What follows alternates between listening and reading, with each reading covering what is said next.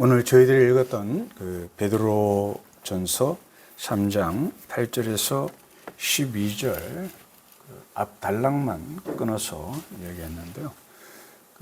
우리 개혁성경에는 선을 위한 고난이라고 이제 뒤에까지 다 연결해서 이어서 이야기 구절들을 볼 때는 그렇게 제목을 잡을 수 있는데, 지금 저희들은 8절에서 12절까지만 잘라서 보는 가운데, 저는 주보에 나눈 것처럼 하나님께 겸손하라라는 제목으로 본문 말씀을 보고자 합니다.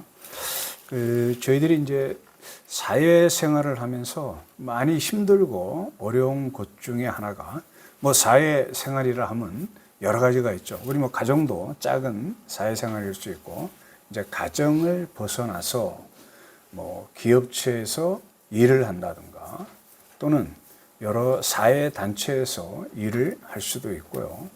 여러 모습으로 많은 사람들과 이제 관계를 맺으면서 저희들이 살 수밖에 없습니다. 오늘 말씀을 통해서는요, 사실은 저희들이 정상적인 관계에서 순리적으로 모든 게 풀린다면은 사람들과의 관계에서 문제가 있을 수 없습니다. 그런데 세상은 그렇지 않습니다. 그러다 보니 심지어는 가정 안에서 부부 단둘이 가정을 이루더라도 상당히 많은 문제 관계 속에서 생길 수가 있으니, 이게 사회로 벗어난다면 굉장히 힘든 문제가 생길 수 있습니다. 그럴 때 진짜 우리가 생각할 때 일반적인 법 아래서 또는 도덕과 양심 안에서 벗어나는 모습을 보고 저 사람 저거를 또 그런 것 때문에 내가 피해를 입었을 때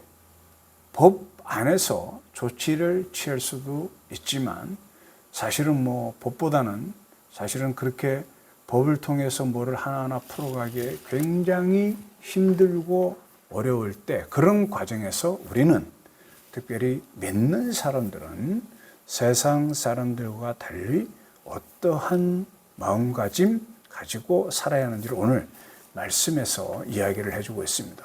그래서 그것을 한번 하나님께 겸손하라는 것하고 어떻게 연결이 되어지는지 한번 보겠습니다. 먼저 저희들이 읽었던 8절 말씀을 보게 되면, 이거는 이 8절 전체를요, 큰 범위 안에서는 교회 공동체한테 주는 말씀이다 이렇게 생각하면 됩니다. 그래서 거기에 마지막으로 말하노니 너희가 다 첫 번째, 여기에 이제 5가지가 나오는데 마음을 같이 하라고 이야기합니다. 그러니까 우리가 말하는 그 일체감을 조금 느껴야 된단 말이죠. 아시죠? 보트 경기를 하는데 다섯 명이 5인승인데 4명은 전부 다 정방향으로 졌는데 한 사람이 역방향으로 젓고 있으면, 그죠? 그게 1만 감하는 게 아니고 어떻게 됩니까? 마이너스 1이 감하게 되는 겁니다. 마이너스 2가 감하게 되는 그런 일들이 있습니다. 그래서 어떤 공동체에서 마음을 같이 하는 게, 우리가 100%는 아니지만 여기에 이렇게 마음을 같이 하는, 특별히 교회 공동체 또 가정 교회 공동체에서는요, 마음을 같이 하는 게 굉장히 중요합니다. 그래서 잘할 때 서로 격려하고 칭찬하고, 혹시 조금 또 부족하면 또 격려하거나 또 다시 잘할 수 있도록 서로 돕는 게 가정 안에서도 그렇고, 특별히 교회 공동체 안에서도 그럴 수 있습니다. 교회는 많은 사람들이, 많은 연령대가, 많은 다양한 직업군과 많은 다양한 삶의 형태에서 사람들이 모이기 때문에 여기에 지금 이야기하는 마음을 같이 한다는 게 굉장히 쉽지 않습니다. 이때 당시에 이 베드로 사도께서 말씀을 주실 때 거기 안에는 가장 대표적인 양분되는 2 집단이 있으니, 한 집단은 유대인입니다. 그들은 먼 조상으로부터 이미 하나님을 알고 구약 성경을 통하여 하나님을 잘 아는 그런 사람들이고, 그 다음에 로마 제국 내에 있는 유대인이 아는, 유대인이 이방인이라고 했던 많은 사람들, 그런 사람들은 유대인처럼 그런 하나님을 아는 지식은 없고요. 이때 당시에 로마 제국에서 뭐 간단한 예를 들자면 뭐 그리스 문화라든가 우리 신화라든가 뭐 부족 신화 또는 우상들의 많이 오염이 되어 있는 사람들이 교회에 들어갈 수 있다. 그런 상태에서 서로 같은 마음을 먹으라는 게 굉장히 쉽지 않습니다. 부부만 하더라도 서로 떨어져 있다가 서로 뭐 그 혈육적으로 전혀 상관이 없던 사람이 모여서 딱 같은 생각을 갖고 있겠다. 또는 저 사람하고는 이렇게 살 수 있겠다고 생각했는데 실제로 들어가면 많은 문제가 있어서 뭐 텔레비 같은 경우도 프로그램 보면은 그렇게 조정하는 상담하는 프로그램이 굉장히 많이 사람들로부터 선호를 받는 것도. 그래서 하여튼 8절 마음을 같이 하라는 것부터 해서 두 번째는 그러는 과정에 마음속에 뭐를 가져야 된다? 동정심을 가져야 된다. 혹시 나는 잘 되고 어렵고 힘든 사람을 봤을 때 배척하거나 따돌림하는 것이 아니고 그 사람을 동정하는 마음도 필요할 것이며 또 여기에서 형제, 우리 이제 교회 안에는 일단 가정교회에서는 우리 혈육, 핏줄을 나눈 사람들이 될 거고 교회 안에서는 하나님 안에서 형제, 자매가 된 사람은 대표적으로 형제라고 얘기해서 자매는 여자들은 해당되지 않는다는 것 아닌 건 아실 겁니다. 그래서 사랑하라고 이야기합니다. 굉장히 힘든 이야기인데 이것만 가지고도 저희들이 많은 말 할 수 있지만 조금 간단하게 지나가고 그 다음에 불쌍히 여기는 아까 동정하고 또 비슷한 거지만 약간 차이는 있을 수 있죠. 그리고 이제 마지막으로 겸손하라고 이야기합니다. 어떤 잘난 사람이 또는 아주 높은 위치에 권세가 있고 부호가 있고 명예가 있고 사회적으로 아주 행복하게 또는 평안하게 보이는 사람이 여기 그렇지 않은 사람들을 상대하면서 혹시 차별을 하게 되면 굉장히 문제가 생길 수 있는데 여기에 겸손하라는 말이 있습니다. 이 겸손은 나중에 우리 이 말씀 관련해서 이렇게 첫 번째 대상은 교회 안에 있는 사람들 안에 서로 겸손해야 된다고 이야기하는데 저는 이 8절 말씀 중에 가장 중요한 내용이 시작하는 마음을 같이 하라는 내용과 함께 지금 여기에 나와 있는 모든 것을 다 통합할 수 있는 것은 마지막에 나온 단어 겸손이라고 생각합니다. 겸손해야 같은 마음을 가질 수 있고요. 불쌍히 여길 수 있고 사랑할 수 있고 동정할 수 있습니다. 그래서 먼저는 사람에 대해서 그런 서로 성도들끼리 마음을 가지는데 이게 근본은 여기 주보에 제목이 있는 것처럼요. 하나님 앞에 겸손한 자가 이게 가능합니다. 그건 뒤에 조금 더 자세히 한번 살펴보기로 하겠습니다. 그래서 8절을 보면 교회 안에 5개의 중요한 동목이 있는데 이런 동목을 가지고 생활하면서 훈련하면서 세상으로 나가라고 얘기해요. 지금 이야기하는 마음을 같이 하고 마지막 겸손까지 이르는 이 5개의 삶의 동목을 교회 안에서만 실행하고 밖에 나가서는 교회 밖 우리의 삶에서는 상관없는 게 아니다. 이런 훈련 연습을 해서 교인들은 서로 이렇게 생각하면서 또 밖에 사람들을 만났을 때 이 5가지의 동목을 생각해 봐라 라고 지금 베드로 사도를 통해서 하나님께서 말씀을 첫째해 주십니다. 그리고 이제 9절은 넘어서요. 한번 10절 넘어가 보시면은 저희들이 살면서 우리들이 갖고 있는 생각을 2가지로 표현하죠. 한 가지는 행동입니다. 또 다른 한 가지는 말인데 이 말은 우리 옛날부터 이게 참 이 세치의 혀로 사람을 죽일 수도 있고 살릴 수도 있다.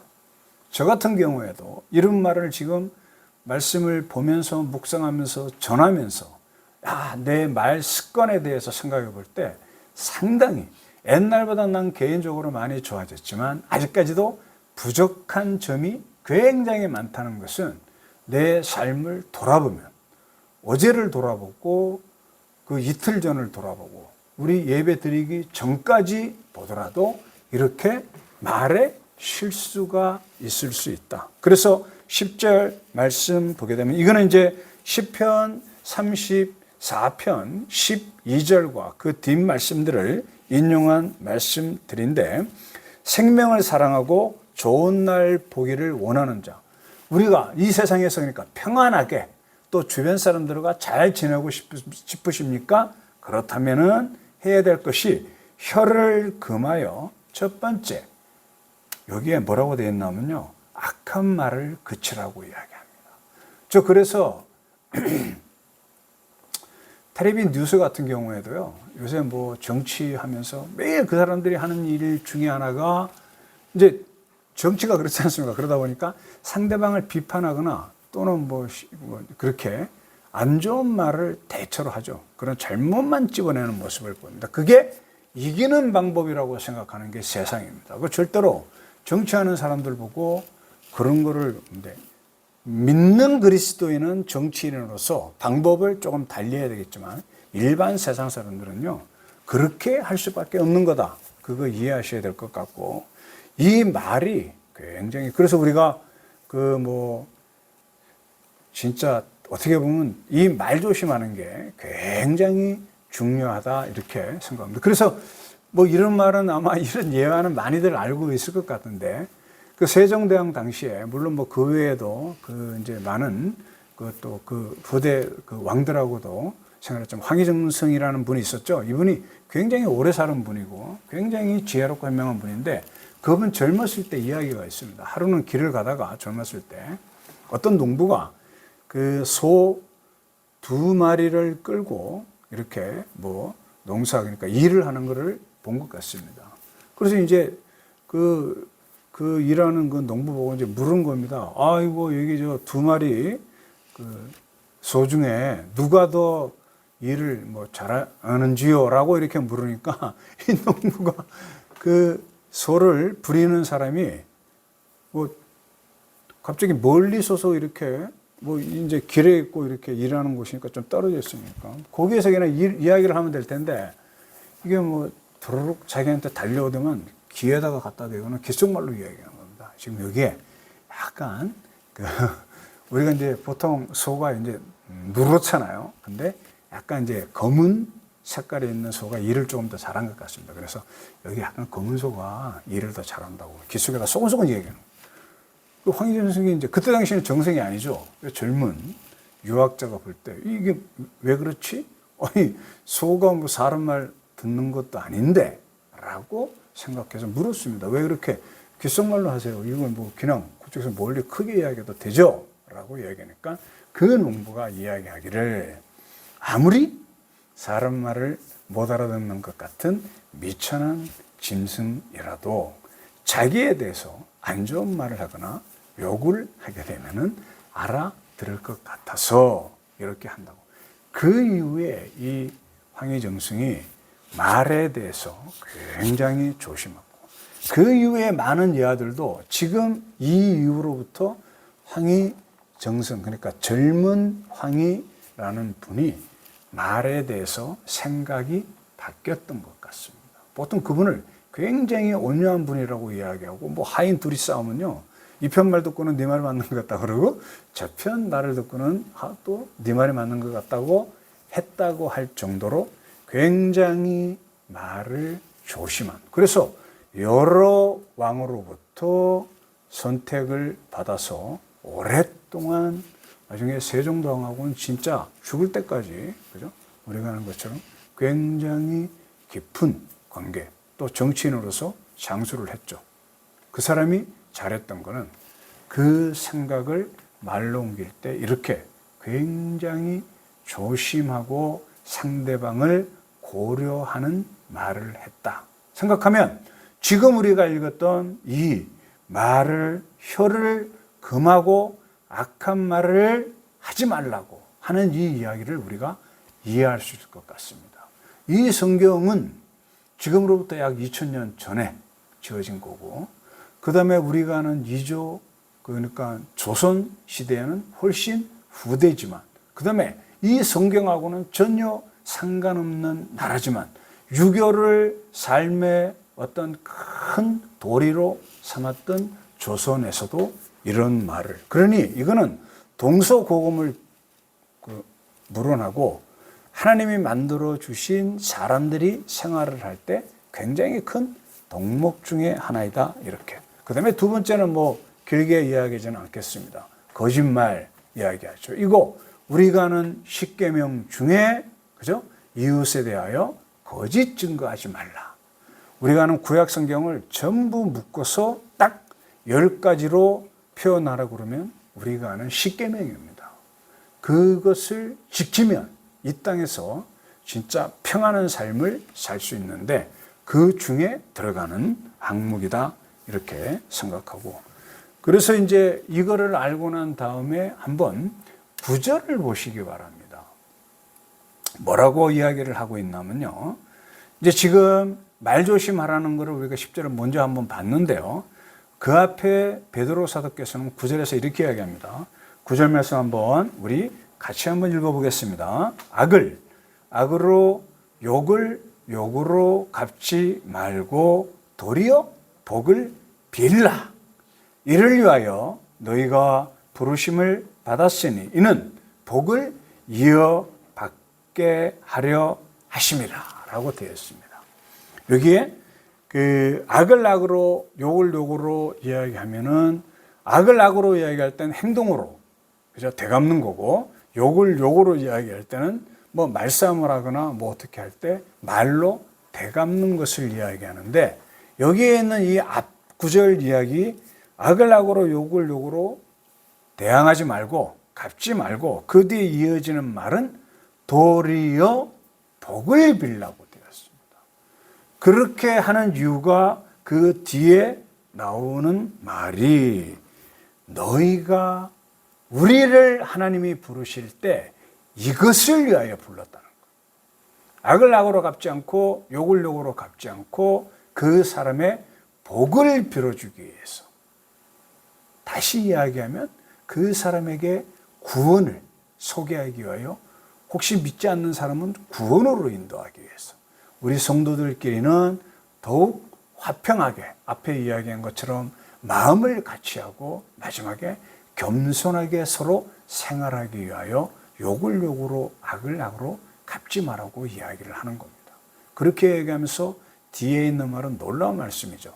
율법에 머무르지 않고 살인하지 말라, 도둑질하지 말라, 간음하지 말라, 이웃에게 거짓 증거하지 말라, 이웃의 물건을 탐하지 말라고 이야기하는 건 율법적인 요소고 굉장히 소극적인 겁니다. 악을 하지 말라고 이야기하는 건데, 지금 여기에서 욕을 욕으로, 그 다음에 악을 악으로 갚지 말고 오히려 복을 빌라고 이야기한 거는 예수님이 이 땅에 오셔서 우리한테 보여준 복음을 실천하라고 이야기한 겁니다.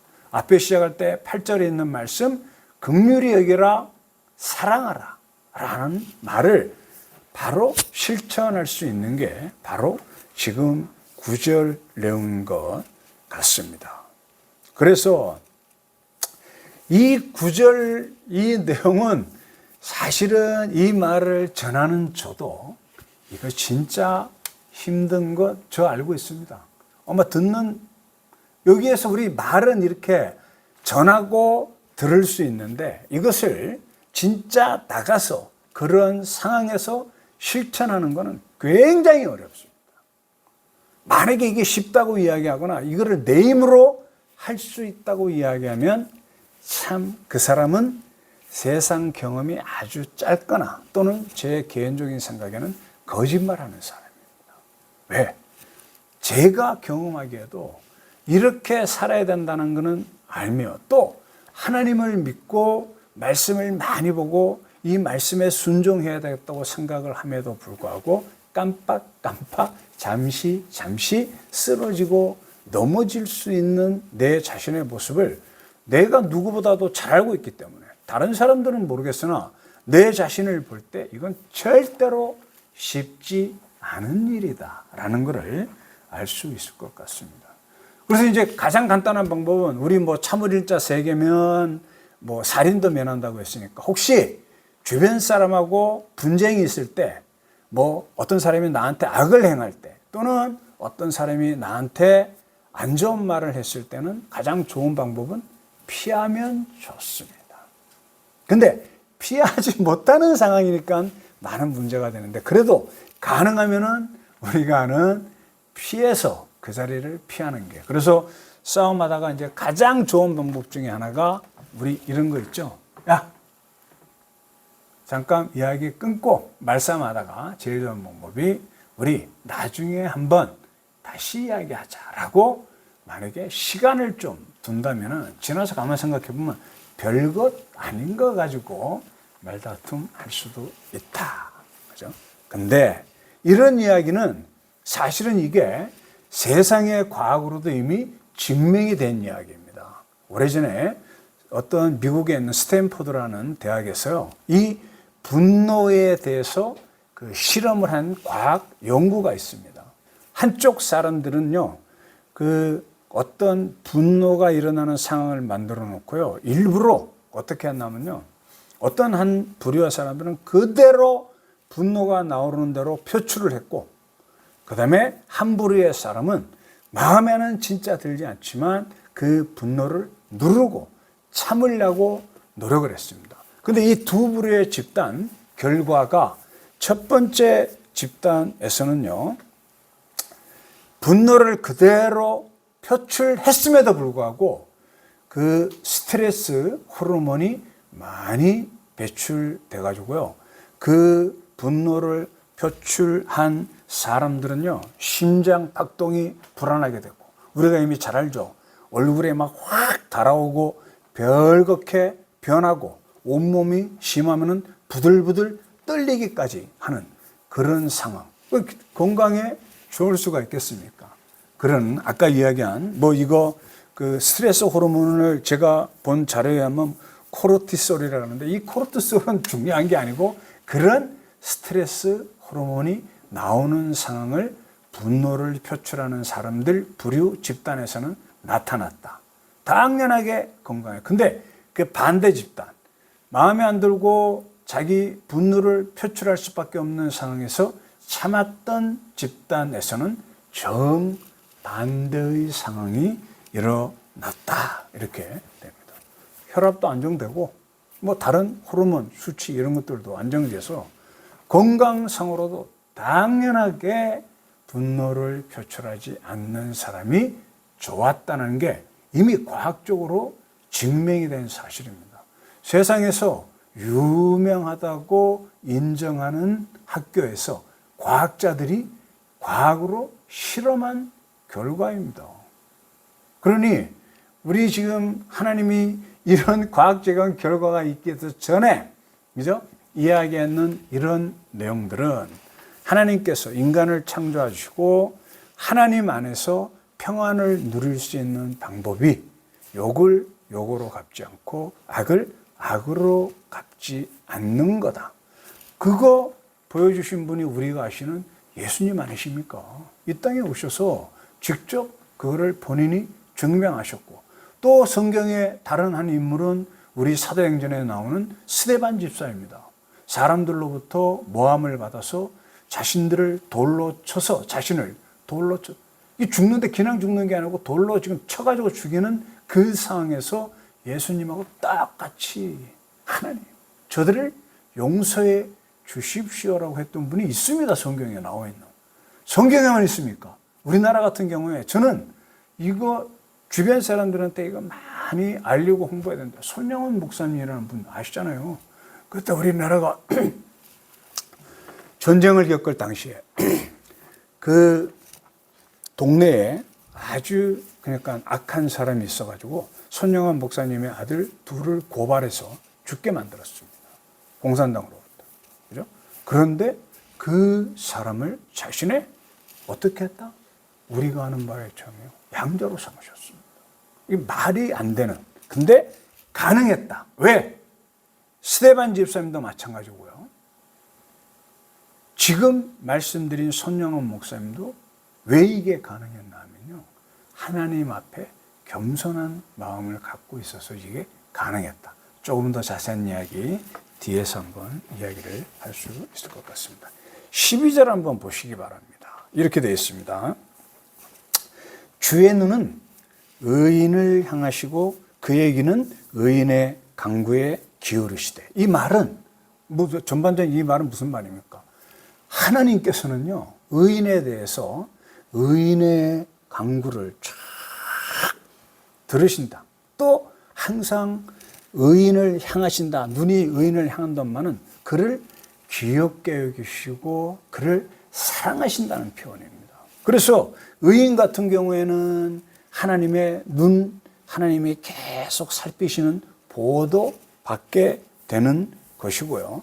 그 다음에 의인이 하나님께 간구하면은 우리가 잘 아는 그 복음서에 나와 있는 내용처럼요, 하나님께서 들어주시고 그 마음의 소원도 풀어주실 때도 많다는 것을 이 구절을 통해서 우리가 지금 알 수 있는데, 그 뒤에 말이 중요합니다. 여기 악인에 대한 이야기가 나오는데, 그 다음에 이렇게 그의 귀는 의인의 간구에 기울이시되, 이어지는 말씀입니다. 주의 얼굴은, 하나님의 얼굴입니다. 얼굴은 악행하는 자들을 대하신다. 여기 얼굴을 악행하는 자들에게 대하신다는 말을, 얼굴을 악행하는 사람들을 향한다는 말은요, 우리 히브리적으로 이야기하면 악인에게 하나님께서 심판하신다는 말씀입니다. 그 내용을 우리가, 이게 하나님의 진노를 표현하는 겁니다. 주의 얼굴이 너를 보고 있다, 대하시고 있다라고 이야기하는 건 하나님께서 너의 악행을 심판하실 거라는 그런 말로 보시면 됩니다. 근데 여기 악에 대해서 한번 우리가 간단하게 생각하면 이렇습니다. 저부터도요, 우리 부부가 있으면요, 내 잘못, 나의 모자람, 부족함, 악을 보기보다는 내 배우자의 악을 생각합니다. 야, 이게 세상에는 악이 참 많습니다 라고 이야기하면 사람들 각자 어떻게 생각하냐면, 내 아내, 내 남편, 그렇지? 또는 내 친구, 그렇지? 우리 직장 상사, 그렇지? 내 동료, 그렇지? 내 부하, 그렇지? 라고 자신의 악을 생각하기보다는 남의 악을 생각하는 게 사람들 보통 그 인지상정이라고 생각하면 될 것 같습니다. 거기에 벗어날 수 있는 사람은 거의 없습니다. 이런 말을 전하는 나부터, 그러면은 나는 아닌데 내 주위에 있는 사람이 그렇게 하는 것만 생각합니다. 내가 다른 사람들한테 악을, 잘못을 하고 있다는 걸 잘 인지 못하는 게 우리 사람들이 갖고 있는 자기 중심성 때문에 그렇습니다. 그게 나쁜 건 아닙니다. 그게 없으면 이 세상을 살아갈 수는 없으나, 그것 때문에 잘못했을 때 잘못을 잘 알지 못할 수 있다라고 얘기합니다. 그런데 우리가 아는 그 성경 말씀 많이 있는데, 우리가 보통 많이 이야기하는 로마서 3장 23절, 우리가 잘 알고 있는 말씀이죠. 제가 한번 읽어드리겠습니다. 이렇게 이야기합니다. 모든 사람이 죄를 범하였음에 하나님의 영광에 이르지 못하나니라고 얘기합니다. 이 말은 하나님 영광이라는 것은 하나님의 의로움입니다. 우리가 보통 지금 아까 이야기한 것처럼요, 세상 살면서 나의 악을 사람들 간에 비교합니다. 근데 우리가 우리를 심판하시는, 악인에게 얼굴을 대하신다고 해서 심판하실 것을 명하시는 하나님, 그분은 완전한 의로우심, 완전한 공의로우심을 갖고 있어서 악을 조금도 용납할 수 없으므로, 우리가 사람들끼리 비교해서는 상대적으로 내가 덜 악인이라고 생각할지 몰라도 악인입니다. 로마서 3장 23절에 이야기한 것처럼요, 절대로 하나님의 영광에 자기 힘으로 악이 없이, 죄가 없이 갈 수 있는 사람은 아무도 없다. 그 말은 지금 여기 앞에 이야기하는 악에 대해서 하나님께서 얼굴을 대하신다, 심판하실 거라라는 말에 해당한다는 사람 아무도 없다는 소리예요. 딱 한 가지 방법이 있는 건 아시죠? 한 가지 방법이 예수님입니다. 그래서 그 예수님이 이렇게 악에 대한 심판, 있을 하나님의 심판을 벗어나는 길을 알려주셨는데, 우리가 잘 아는 것처럼 마태복음 4장 17절에 이렇게 말씀하십니다. 제가 한번 읽어드리겠습니다. 이때부터 예수께서 비로소 전파하여 이르시되 회개하라, 천국이 가까이 왔느니라 하시더라. 예수님이 세례 요한으로부터 세례를 받고 난 다음에 하나님의 영의 임하심을 경험하시고 난 다음에 공생애를 시작하시면서 첫 번째로 사람들을 향하여 말씀하신 게 회개하라. 하늘이 제일 사람들한테 해야 될 일이 뭔가 하면요, 회개하라는 말씀이었습니다. 이 말씀은 뭔가 하면요, 하나님 앞에 겸손하라고 이야기합니다. 너희들이 죄가 없는 듯이, 잘난 듯이 너희는 괜찮고 다른 사람들은 악인이라고 생각하느냐? 그렇지 않다. 너희 모두는 전부 다 죄인이다. 그래서 내 앞에 나오는 사람은, 하나님 앞에 나오는 사람은 회개해야 된다고 이야기를 합니다. 구원은 회개로부터 시작하는 겁니다. 그래서 여기에 지금 하나님께서 심판하심을 면할 수 있는 방법은 딱 한 가지인데, 하나님 앞에 겸손한 마음으로 창조주가 만든 나 피조물은, 여기에 지금 제가 잠깐 이야기한 것처럼 죄인일 수밖에 없고 악할 수밖에 없는 사람이므로 하나님의 심판을 받을 수밖에 없다고 하는 것을 인정하고, 그럼에도 불구하고 우리는 악하고 죄가 있으나 온전하신 예수 그리스도의 보혈의 공로, 죄사함의 역사를 주심을 믿음으로 말미암아 죄인임에도 불구하고 하나님께서 너는 의롭다, 여기에 모든 악인이 예수님을 통해서 의인으로 죄 없다함을 인정받을 수 있는 길을 예수께서 만들어 주셨단 말입니다. 그래서 지금 오늘 말씀에서 이야기하는 말로 대갚지 않고, 욕하는 것을 말로 대갚지 않고 나한테 악을 행하는 것을 대갚지 않는 방법은 한 가지밖에 없습니다. 어떻게? 하나님 앞에 겸손하시면 됩니다. 우리 이제 결론 아주 간단할 것 같습니다. 우리 믿는 사람들요, 교회 안에서 내가 10년을 교회 다녔다, 50년을 교회 다녔다 상관없습니다. 어떤 순간이 있어야 되냐면, 이렇게 내가 하나님의 얼굴 앞에 마주 대하고 있다, 심판하시는 하나님 앞에 있다 생각하면서 자기의 말과 행동을 지금 사도 베드로를 통하여 하나님께서 말씀하시는 것처럼 욕을 욕으로 갚지 않고 악을 악으로 갚지 않겠다고 노력하는 사람이 구원받은 사람입니다. 그것으로 구원받는 게 아니고, 먼저 그렇게 할 수 있는 것은 하나님을 인정하는 것이고, 하나님을 인정하는 것은 하나님께서 이 땅에 보내주신 예수 그리스도의 죄사함의 역사를 믿는 겁니다.